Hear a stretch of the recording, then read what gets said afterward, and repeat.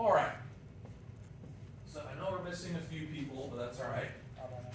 So, first and foremost, who can tell me why I'm wearing the shirt I'm wearing today? It's Technically, I mean, it's not even Tuesday though. It's Thursday. el 5 de mayo. Cinco de Mayo. Do you know why people celebrate Cinco de Mayo? Because it's my birthday. Yeah. Some of it's maybe because it's your birthday, Naomi. Okay, in my family, we often call it Cinco de Gleno because my father shares Naomi's birthday. So it is also my dad's birthday today, and he is 62 as of today. His name is Glenn, so we joke around and we always call it Cinco de Gleno. You're old. Okay?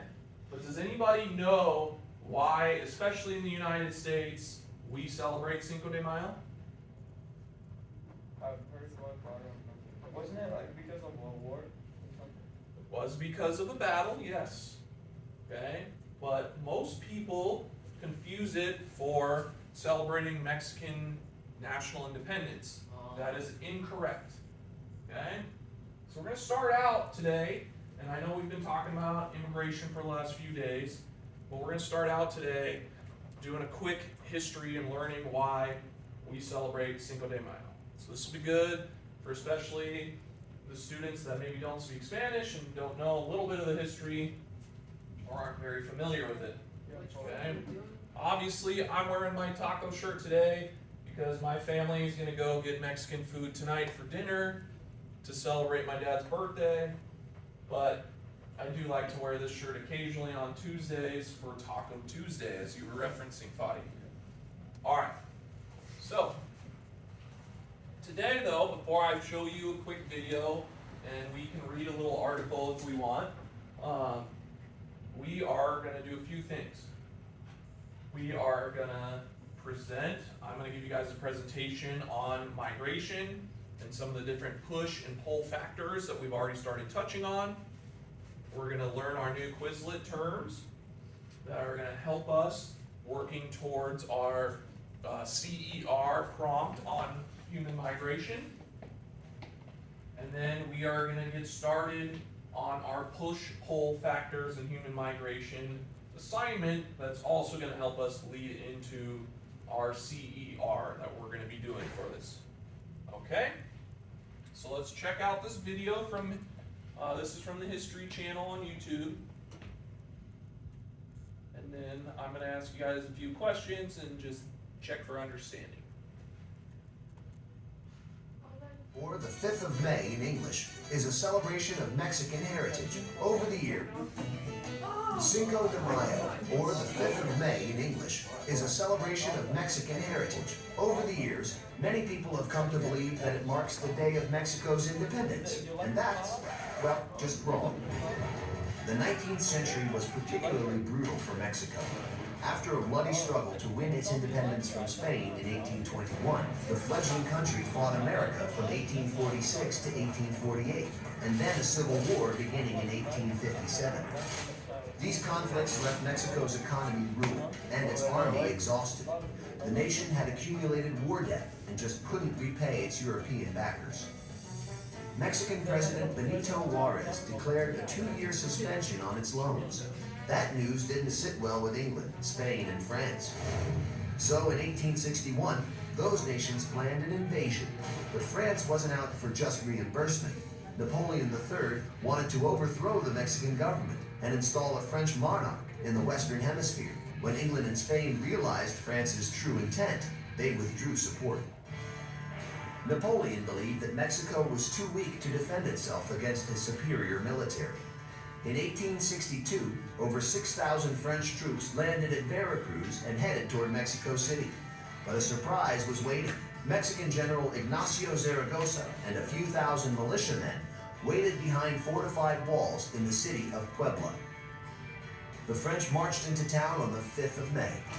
The outnumbered Mexicans opened fire, killing 1,000 French troops. After a 2-hour battle, the remaining French retreated. Word of the victory spread throughout Mexico, and Zaragoza became a national hero. Later that year, the city of Puebla was renamed Puebla de Zaragoza, and Cinco de Mayo was decreed a national holiday. But Napoleon wasn't celebrating. Upon hearing of his army's defeat, he sent 30,000 more troops to Mexico. Within a year, the Mexican army was crushed, and Napoleon installed his Austrian cousin, Archduke Maximilian, as the nation's leader. Maximilian's rule was shaky from the start. Most Mexicans were still emboldened by the Cinco de Mayo victory and celebrated the holiday with songs and dance while under French occupation. Mexico's future president, Porfirio Diaz, led an uprising in 1867 that finally overthrew the French army. Maximilian was shot and killed. His bullet-riddled shirt is still on display in Mexico City. Cinco de Mayo had become Mexico's rallying cry. People remembered it with feasts, mariachi music, dancing, and picnics. The celebration continues today, both north and south of the border. In fact, commercial interests in the United States have made Cinco de Mayo very festive, even though many people aren't aware that the holiday is a tribute to General Zaragoza and his nation's resistance against foreign domination. So, did any of you guys actually know the history behind this? Did any of you guys have any idea why we celebrate it? Because they won, Alright, I was asking my students in my co-taught math class this morning, if any of them knew the history of this. Not a single person could tell me either, right? What I've seen, at least in my time growing up, is that Cinco de Mayo became a holiday for American cultural and money-making interests, okay? Right? It was one battle within a series of other battles where France actually took over Mexico, as you guys might have noticed in the video, for a few years, before Porfirio Diaz won back the nation from Maximilian. Okay? So there's just a little bit of history for you guys to start out the class today. Alright, next we're going to jump into our presentation. And you guys are going to want to follow along because this is going to help you with your next assignment, where we're going to learn about braceros and other people migrating to the United States from Mexico.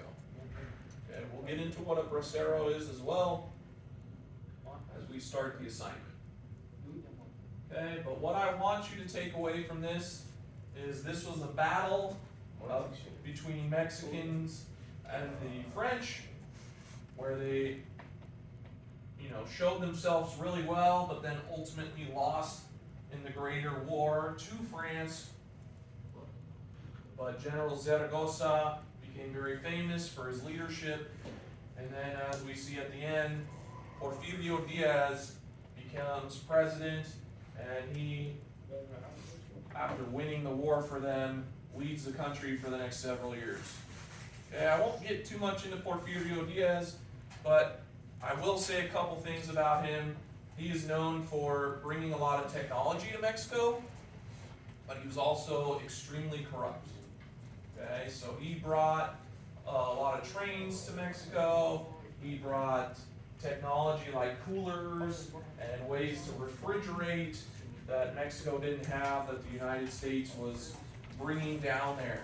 Okay, so he was often a victim as well to United States capitalism, as the United States businessmen saw opportunities to bring technology and their businesses down to Mexico. Okay? Does anybody have any questions or thoughts about this before I move on? No? How about you, birthday girl? Do you feel like your birthday, Cinco de Mayo, is even better now that you know more about it? Okay. Just leave it at that. Alright, so again, on your Chromebooks, I want you guys to go down to week 16. As you know, we only have 4 weeks left, so we're going to keep trying to finish out strong. Alright? On Tuesday, we finished the reading Stories of Migration. You guys should turn that in if you have not already done so. Alright, and now you can click on the slides if you'd like to view them on your own computer, but we're going to be looking at the in-migration push-pull factors. Okay, as I said, after that, we're going to play Quizlet a couple times as we learn our new terms, and then we are going to get started on our next assignment. Can I get some? Alright.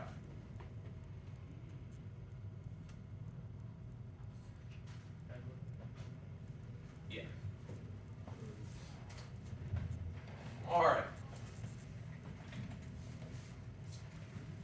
So when we're talking about immigration, you know, us in San Diego especially, we typically think about, again, immigration to the United States, mostly from Mexico, but as we talked about previously, with how many Ukrainians are fleeing and moving into especially places like Poland,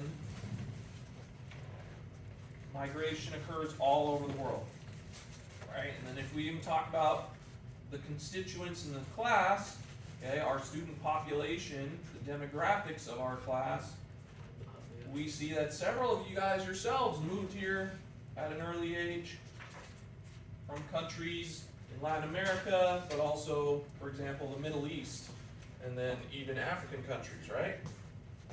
Okay, so this affects everyone all over the world. Alright. So, the basics of immigration. Alright, take a look at this image on the screen here. Okay, can anybody tell me what we're looking at?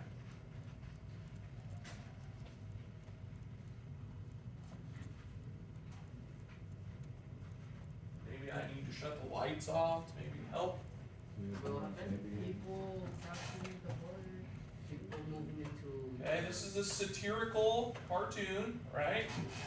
The Or a meme, or whatever you want to call it. I think it's from an old newspaper clipping.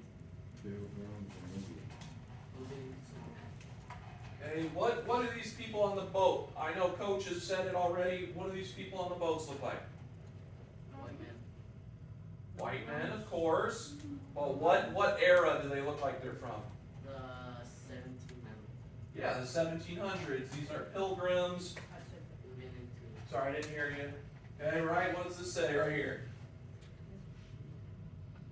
And that says Plymouth Rock. Does anybody remember what Plymouth Rock is? Yeah, it's on.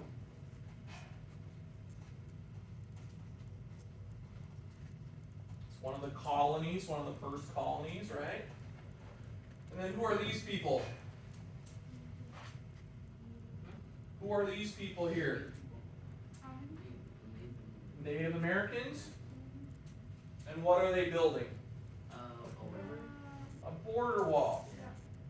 Okay, who most recently is known for building up the border wall? Our last president, before Biden, Donald Trump, right? Without getting into politics and how you feel about border walls, this and that, right? What we're looking at is, okay, this is showing what? That white people from Europe were also immigrants to the United States, right? So that's what we're talking about. You're going to learn all about it in your U.S. history classes, of how we took over the entire, country and a lot of North America through Manifest Destiny. And I won't get too far into that, but down here at the bottom it says, they say they're building a wall because too many of us enter illegally and won't learn their language or assimilate into their culture, right? Again, this is satirical, this is joking about how nowadays a lot of white people say, oh, they won't learn our language, they won't assimilate into our culture. But the truth is, the United States is the most diverse country in the world. Everybody needs to embrace that and welcome people from all walks of life, from all parts of the world, here into the United States. And of course, El Cajon Valley High School is the epitome of doing so and having open arms into the community of El Cajon. Okay? Alright. So, this next graphic here, right? What is the major statue there? Vincent? What's that statue? The one. Okay? So Rabia, you probably don't know about this, but in New York City, there was a little island. It was called Ellis Island. Okay? In the 1800s, late 1800s, early 1900s, at Ellis Island was where the United States welcomed in and processed immigrants from all over the world, mostly Western and Eastern Europe coming across. Okay, and the famous quote is, "Give me your tired, your poor, your huddled masses, yearning to breathe free. The wretched refuse of your teeming shore. Send these, the homeless, tempt this toast to me. I lift my lamp beside the golden door." Emma Lazarus. Okay?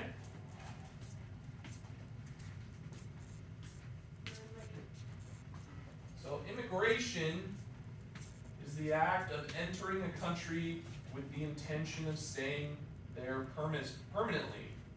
Okay? As we know, and some of you guys personally know, you can enter here legally, going through the border patrol process, or you can cross the border illegally and live here as an undocumented or illegal immigrant. Do I look like I get? Okay? Immigration I don't have. is determined by what are called push and pull factors. Okay? These are factors that cause somebody to want to leave their country and move to another place. Okay? So either of my Fadis here, right? Remind me, maybe Fadiato, you came here, you told me at 5 years old? Is that right? Not here, I went to another state, and then I came here like 10 years old. So at 5 years old, you left Iraq, you came to which state? Which one? Okay. And then about 5 years later, you were saying you moved Probably. to El Cajon? I bought it back. Okay. So, right, your parents had some of these push and pull factors are what had them move here or to the United States first, right, before coming out to El Cajon. Okay? So, let's go over what those push and pull factors are. So you guys are going to have to kind of need to learn these terminology so that we can keep working on our stuff. So Naomi, right? Your parents probably came here, maybe not your parents or your grandparents or your great-grandparents, right? I think it was my great-great-grandparents came here from Scotland and Ireland, depending on which side of the family. But the push factors, right, those are negative developments in the country that cause people to leave. Okay? So, for example, in Iraq, right, in the early 2000s, we had the second Iraqi war, okay?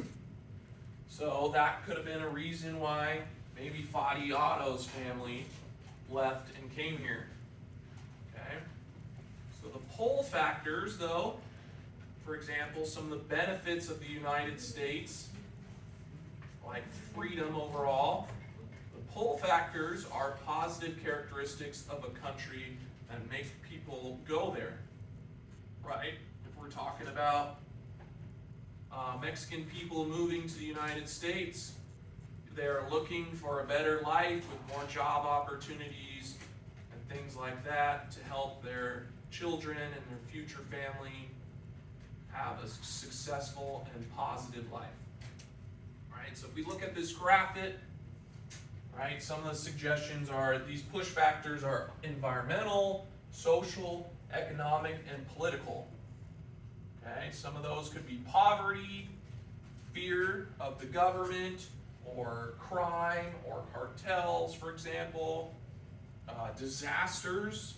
Remember we talked about the big earthquake near Haiti, where the entire, many of the buildings collapsed and thousands of people died.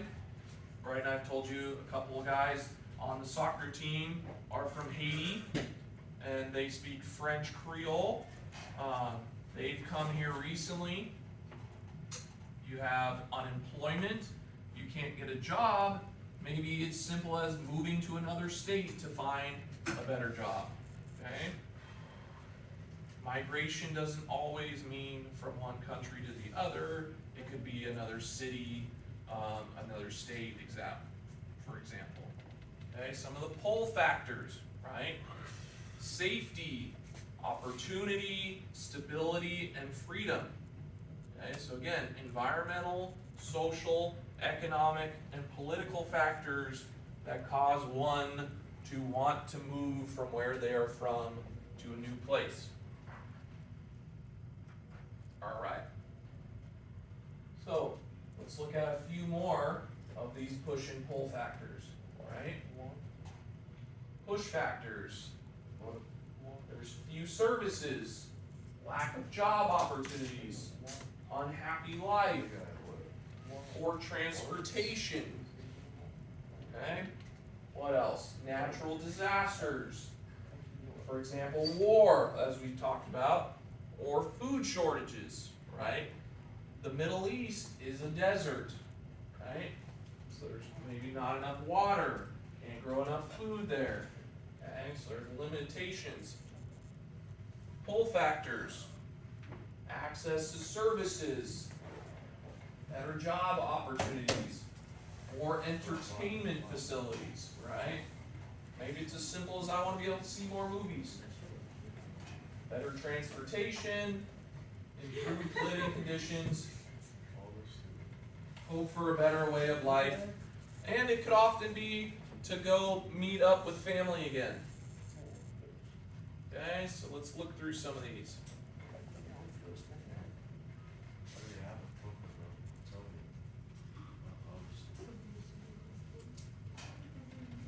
Another big one that I did not touch upon is healthcare. Okay? So, that is it for my presentation so far today. Next, we're going to look at our Quizlet terms. Okay, so you want to get back on your Chromebook there, go back over to week 16, and you will click on our demography, population, and development vocabulary terms. Okay? So many of these terms you should be relatively familiar with now. Okay? We have gone through demography, population, and development, and we're focusing and adding some of the immigration terms to that. Okay? So I won't go over all of these terms, but you should remember population density, population growth, okay, what rural means versus urban, life expectancy. We've done our population projects. GDP per capita, as you remember, is how much money per person is made in the country on average. Okay, infrastructure, you remember, is buildings. We talked about literacy rates. Okay, so some of the new terms are like Human Development Index, undocumented immigrants, deportation, which basically means being kicked out of the country that you moved to. Okay, human migration, we've been talking about. We just learned our push-pull factors. Border policy, harassment, prosperity, and discrimination. Okay, those should be new terms to you. Okay, so one of the things we're going to keep talking about, and we've touched on a little bit, is how people feel often when they come here, right? It is a unique experience to move to a new country and, for example, not know the language in the new community you're living in and not knowing any of the community or cultural norms of the region. Okay, so we're gonna just hop into a Quizlet Live. We'll play once or twice, and then we're gonna take a look at our assignment. Alright, so I'm gonna give you guys about a minute here to join the Quizlet Live. Are we gonna have time? We have until 10:18 today, so we should have a good amount of time to play once or twice. My Naomi's put your phone away. Huh? Sorry My about that. Naomi's put your phone away. Shut up. Worry about yourself. Okay, Worry about yourself. worry about getting on our Quizlet Live, Yeah, please, worry Naomi. about that. You too as well, Yeah, Fadi. Naomi, worry about that. And Fadi Mati, please log on too. Alright, Hi, Jama Scout. sit back down. Alright, I got a couple people logged in. Are you? Everybody get hopped on there. 658-180. 658-180.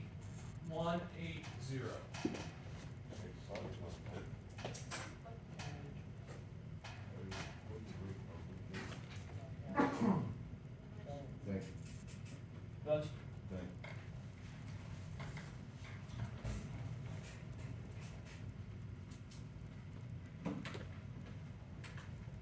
Alright, waiting on 2 or 3 more people. Yeah, Mo looks happy. She probably has a new boyfriend now. What? It's her birthday. Let her be happy. Because she's always mad at people, bro. I've never even mad. Where's the code? 658-180.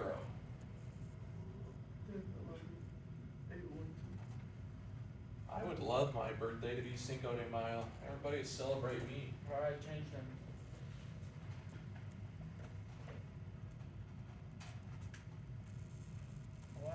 I'm still waiting on my ex's happy birthday. I'm still waiting on you to log on. Oh, I was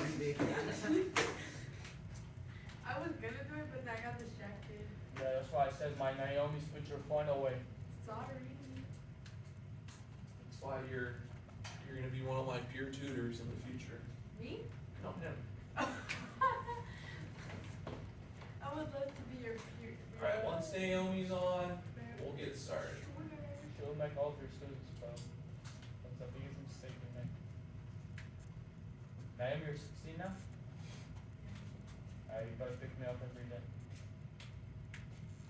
Till I'm 16. Yeah. Alright, we've got B-Day Girl on there, and we're good to start. Get it. Alright, Ivan, I will see you in a little bit. And we're starting.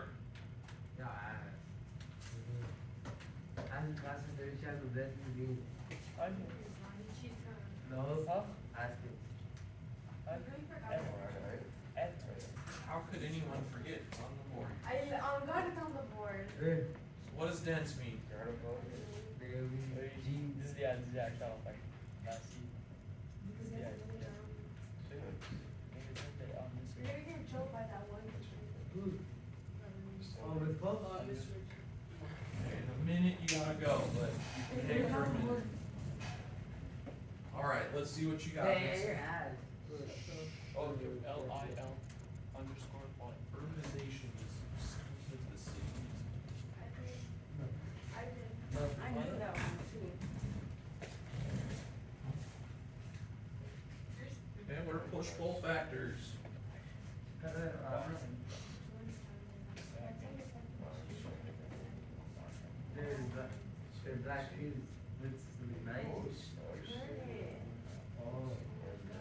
Daar maar gewoon, oh, maar is I don't quote. I have the highlights. That's that. I saw her too. What did I say to her?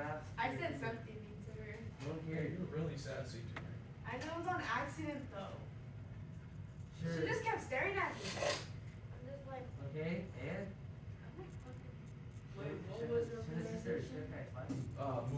city.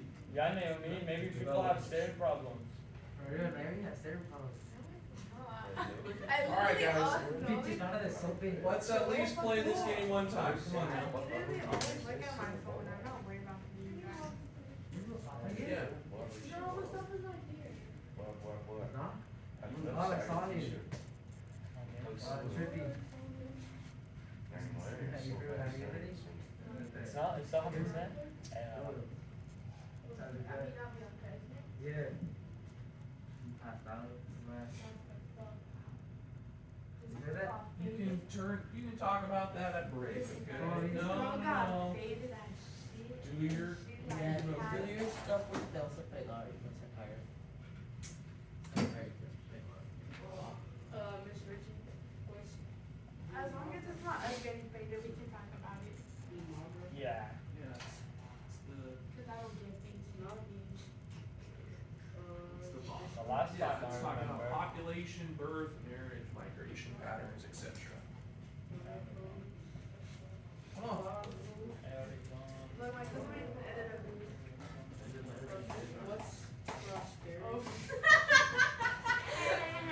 Oh. no, no. Oh, it's like What's kid prosperity? Bestie! A little too distracted today, birthday girl. No, that's my bestie. There goes my bestie. Okay, do your Is pledge. prosperity good? Yes. Do I need to take away your phone on your birthday? Damn. Okay. Oh, I got it right! Yeah. Oh, I just guessed. What is this one? Urbanization is about cities. What is this? Oh, shit. Sorry, this is cold. Where is this? Infrastructure talks about the buildings, etc. What is this one? Looks like the Puffins are about to win. Prosperity. What's the problem? Oh, I was third place. Well done, Vincent. Okay, let's go over the terms. Just see a few of these stats, what we learned. Okay, and check for understanding. Right, this is an informal assessment that I can see what you guys already know. I don't know. Okay, the term prosperity. I know that term. I thought maybe a few of you might know it, but it's basically being successful. Okay. What are you doing here? Sorry, it's because my cats are annoying me. Okay. All right. Prosperity is about good fortune, financial well-being. All right. This was, you guys confused it with border policy. Okay. What does the word policy mean? Okay. We're working on our critical thinking, our problem solving, our reading comprehension strategies. All right. Policy refers to rules or laws, or sometimes even an agreement, right? When we're talking about the border, obviously you guys are aware of the border walls, border patrol, things like that, right? So then let's connect those two. People are asking you if you want to buy food. Me and this was blind. So these are the rules in regards to the border and or crossing the border. Okay, let's look at one more. Okay, gross domestic product. All right, you guys know what GDP per capita means. The amount of money a person makes. Okay, well, gross domestic product. Excuse me. Is all of the goods and services within a country. Okay, so that's the total value of the country. Population density is how many people are within a certain area, how dense the population is. Again, using our reading comprehension strategies, we can think of those two words separately and put them together to come up with at least a solid idea of what that means. Okay? Infrastructure, I always think of as the buildings of a city, state, or government, but it can also apply to like the governmental systems as well. Okay? Alright, we have about 11 minutes left, and with that time, I'd like to take a look at our next assignment. We're gonna. So I would like to play another game. Do you guys want to play one more time? Yeah. No. Yeah. There's No, I'm hearing about 2 yeahs and mostly no's. Yes. No. Yes. Yes, yes. Yes. That's 3 no's now. No, that's 3 yes. Well, it's 3 no's. No, it's yes. Alright, I guess we wanna do it. We need one more Okay. vote. So we are going to start this today. We're mostly going to talk about it today. We're going to work on this tomorrow, and then it's going to lead us into our small mini project, our claim, evidence, and reasoning about migration. Okay? Alright, my Foddy's over here. Why not? My Naomi's over there. They're playing with their phone for 24 hours. I'm just listening. How fucking You guys are that? talking Oh a my little bit, God. alright? So directions. What you guys are going to do is analyze the sources linked below. Each source is about different people who have migrated to the United States. For each source, identify the push-pull factors that influenced their decisions to migrate. You can use the word bank below to help you identify some push-pull factors. I would also say, right, you have the slides, Body, you have the slides linked in Schoology that you can reference to. Those will give you those push-pull factors, but you can also see some of the most common ones right here, okay? So what you are gonna do is you are gonna click on this link here to read about the bracero workers. Then you are gonna put some of the push-pull factors. Then you're gonna go down and you're gonna read about the essential workers in the Coachella Valley, right? We're still coming out of COVID. You know, the pandemic's turning into an endemic, which means basically it's not as big of a deal and we have to live with it and get used to it. And the last one is about women and women's decisions that motivate them to move, okay? So we're gonna get into that here. I'll show you an example of the bracero workers. At the very bottom, you're gonna list the top 3 factors as to that you think are the biggest push-pull factors, right? The top 3 that you think influence people to move, to migrate. Right? We've talked a ton about the Ukrainian conflict, right? What is probably the biggest factor that is influencing the Ukrainians to move? Russia, and what are they doing? Attacking and bombing all the major cities, especially on the east and south coast of the country. Right? So that would be the huge one for them. Additionally, right, we're looking at the top here, they don't have any infrastructure anymore. There is political instability because Russia's trying to kill off President Zelensky and some of the government, right? There's probably mass poverty because people can't work anymore. All the buildings are being destroyed so they can't have education, right? So probably all of these factors, the push and pull factors, are applying to the Ukrainian people right now. Obviously, they're caused by the biggest one, which is war conflict. Okay? So, let's take a look at the poster for the bracero workers. We're going to read through the poster and analyze the images to find the push-pull factors of the bracero program. Has anybody heard of the term bracero before?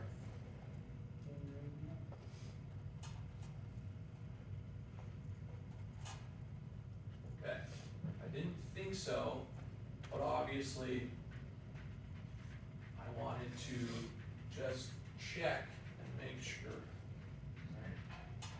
So this is the poster we're talking about. Okay, it is translated below in English for you, and there's several posters. Okay, talking about the factors. Okay.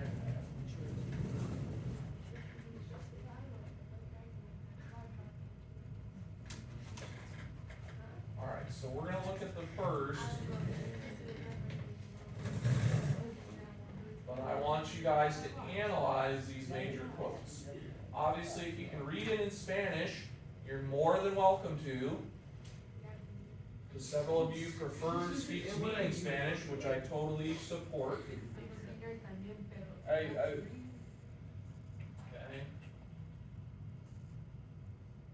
So basically how these posters work is one side is in Spanish, the other is in English.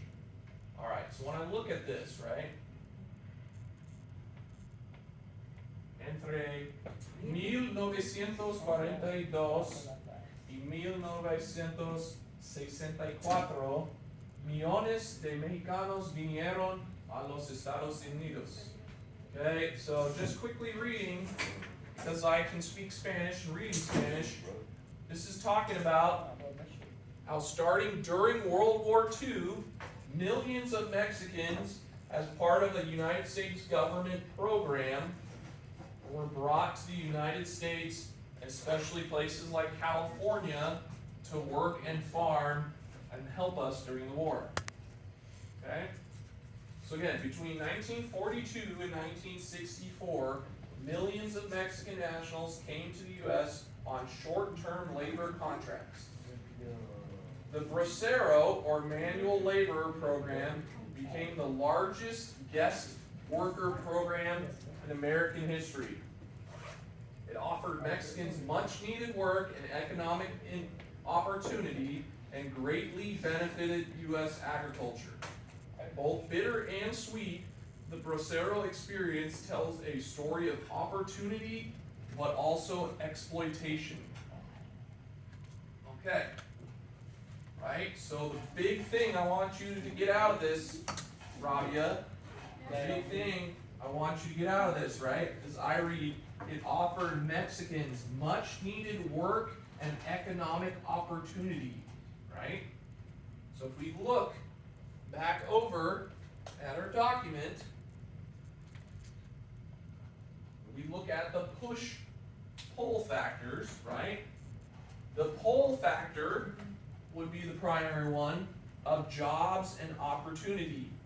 Okay, this was an opportunity for Mexican nationals to make money that they could send home to their families to help them be better supported. Okay? So what sounds like an awesome opportunity started by the U.S. government, right? It was a good opportunity, but as we see historically, and we see on the person-by-person basis, there was a lot of exploitation and racism amongst that. Okay? So you guys are going to read through these posters starting mostly tomorrow. We're going to work on this, and then we'll talk more about our CER prompt. We've done these a few times. Claim, evidence, and reasoning. What are the push factors and pull factors of the country you choose to have people emigrate to a new place? Okay? So that's what we're thinking about. Alright, so you guys can go ahead and start looking at these posters. We've only got a few minutes left. We've got 2 more minutes. And we'll leave it there. But tomorrow, we're going to be working on this the entire period, and I am going to introduce even more your CER prompt that we're going to be working on. Can I leave 1 minute earlier? Because again, yeah, 1 second.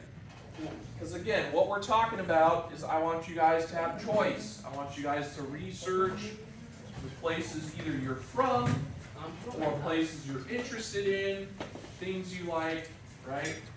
And that's what we're talking about here. So for example, Fadi's might want to do Iraq, Rabia might want to do Afghanistan. Obviously, a lot of you guys might want to do Mexico and Latin America.